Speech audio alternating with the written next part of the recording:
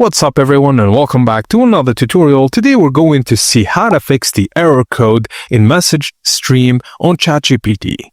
This error usually happens when the connection between your browser and ChatGPT gets interrupted or the message becomes too large to process in one stream. So, firstly try refreshing the page. Press F5 or reload the page. This fixes most temporary connection issues.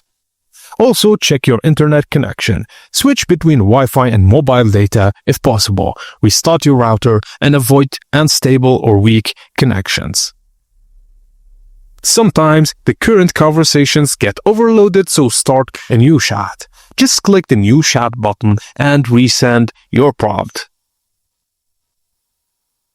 And if your prompt is too long, shorten your message, break it into small parts, and avoid sending huge blocks of text at once.